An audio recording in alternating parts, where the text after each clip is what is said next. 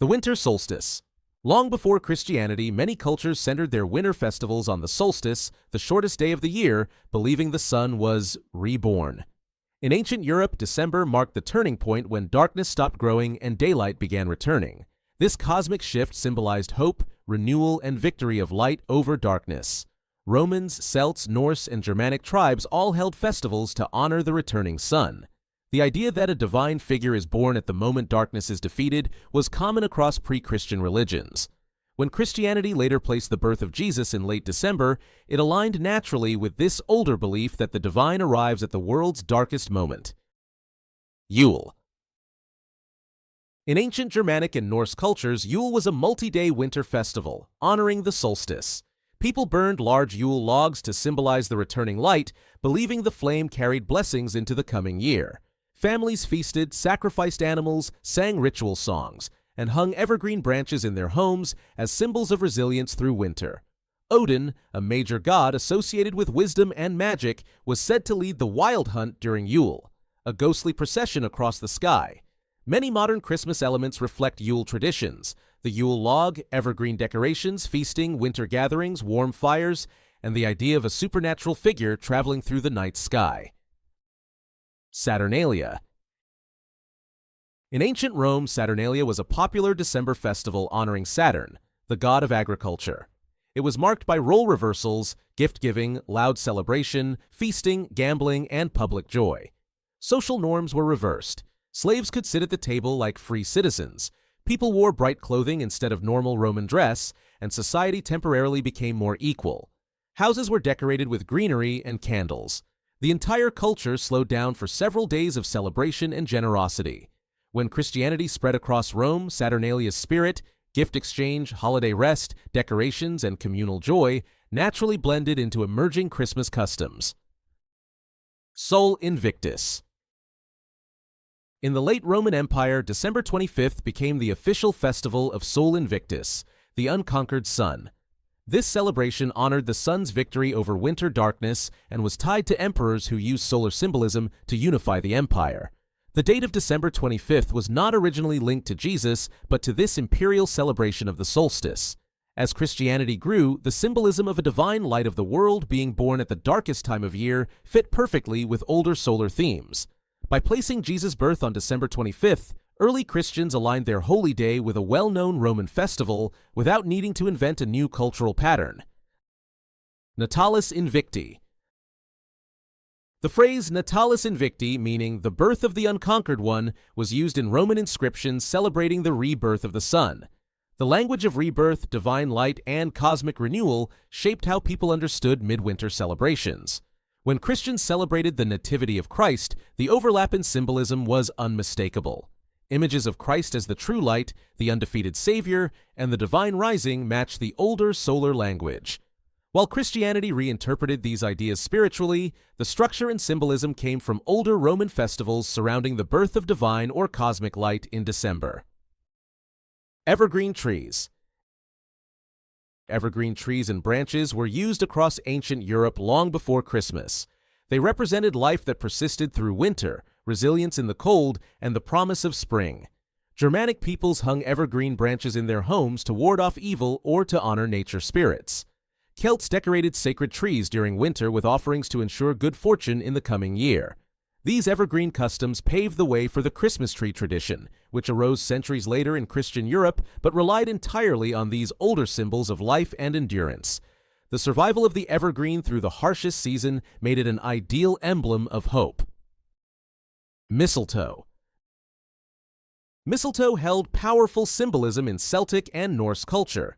Druids considered it sacred because it stayed green when other plants died. It was believed to bring healing, fertility, and protection. In Norse myth, mistletoe appears in the story of Balder, a god whose death and return carried deep winter symbolism. Kissing under mistletoe came from fertility rites where mistletoe symbolized life, vitality, and blessing. When Christmas absorbed winter greenery traditions, mistletoe kept its symbolic power but shifted from sacred ritual to romantic custom. Gift-giving. Gift-giving existed in many winter festivals long before Christmas. Romans exchanged small presents during Saturnalia, wax candles, figurines, sweets, and tokens of good fortune. These gifts symbolized blessing, generosity, and renewed social bonds. In Northern Europe, Yule also included gift exchange, often tied to honoring ancestors or spirits. The idea that winter is a time for generosity, warmth, and giving developed over centuries. When Christianity incorporated gift-giving into Christmas, especially through the story of the Magi and later St. Nicholas, it aligned with these deep cultural traditions already associated with December festivals. Feasting and celebration. Many pagan winter festivals centered on communal feasting to survive the long cold season. Northern Europeans slaughtered animals in December because it was cheaper to feed fewer livestock in winter. This created a natural abundance of meat for feasts during Yule. Romans feasted during Saturnalia, and Mediterranean cultures held winter festivals filled with wine, bread, and celebration. These traditions emphasized survival, togetherness, and joy. Christmas inherited this emphasis on large meals, warm gatherings, special breads, meat dishes, and holiday desserts, because midwinter had always been a time when people ate the best of what they had stored. The figure who travels at night. Many Christmas legends echo older winter myths about supernatural beings traveling through the sky. Odin during Yule rode his 8-legged horse, Sleipnir, across the night skies leading the wild hunt. Children left offerings for Odin's horse, hoping he would bless them with gifts, a clear parallel to modern Santa, leaving gifts overnight. Similar figures existed in Germanic folklore, a winter spirit or god riding through the sky distributing blessings or punishments. Over time, these traditions blended with the stories of St. Nicholas, producing the familiar idea of a gift-giving figure who travels unseen at night. St. Nicholas. St. Nicholas was a Christian bishop known for generosity, but his transformation into a magical winter figure happened in Europe where pagan traditions were strongest. In Dutch culture, Sinterklaas rode a white horse, traveled through the air, and visited homes, echoing older winter gods. Germanic stories about household spirits who rewarded good children and punished the disobedient also shaped his evolution.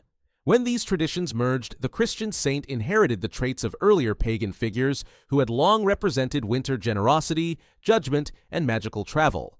Santa Claus, as he appears today, is the result of multiple cultures blending their winter legends. Decorating with lights.